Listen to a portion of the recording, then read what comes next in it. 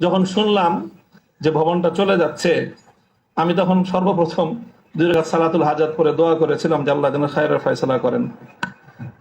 আর এরপরে এখন আমার অনুভূতিটা হলো যে এরকম ভবন না থাকাই ভালো।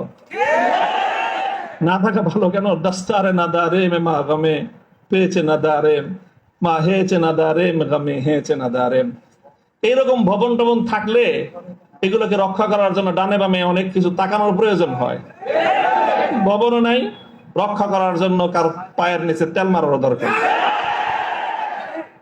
আজ এখানে মাদ্রাসা, কালকে ইনশাল্লাহ শাইখুল হাদিসের সন্তান মাহফুজুল হক সাহেব যদি নদীর ওই পারে যে বসেন, ইনশাল্লাহ ওই কেরানীগঞ্জের ওই একেবারে ধুলের চরে বা ওই কোন লুটের চর, কোন চরের মধ্যে এর চেয়ে বড় মাদ্রাসা হবে।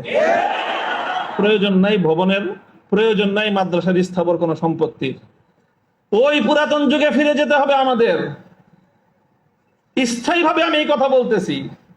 এই বিশাল বিশাল আলিশান ইমারত সাজায়ে, আর সেই ইমারতের মধ্যে সুন্দর সুন্দর আরামদায়ক বিলাসী রুম সাজায়ে সেখানে বিলাসী এলেম চর্চা। আমি এই কথাটা আমার কাছে খুব মনে পড়ছে, বিলাসী এলেম চর্চা। আজকে আমাদেরকে এই বিলাসী এলেম চর্চায় পেয়ে বসেছে। বিলাসী এলেম চর্চার পথ বাদ দিয়ে আমাদের আকাবের এবং আসলাফদের মতো সেই খেজুর গাছের তলায়, বট গাছের নিচে সালার চাটার উপর বসে আমাদেরকে কাল আল্লাহ কাল রাসূলের তালিম দেওয়ার সেই সবক গ্রহণ করতে হবে।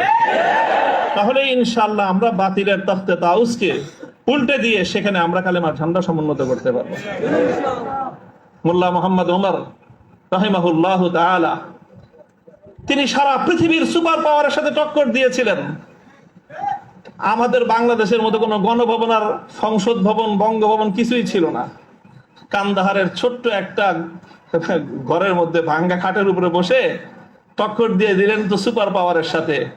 সারা দুনিয়া মনে করলো যে বেকুবের দল। 20 বছর পর আল্লাহ দেখা দিলেন যে তারাই বিজয়ীর দল।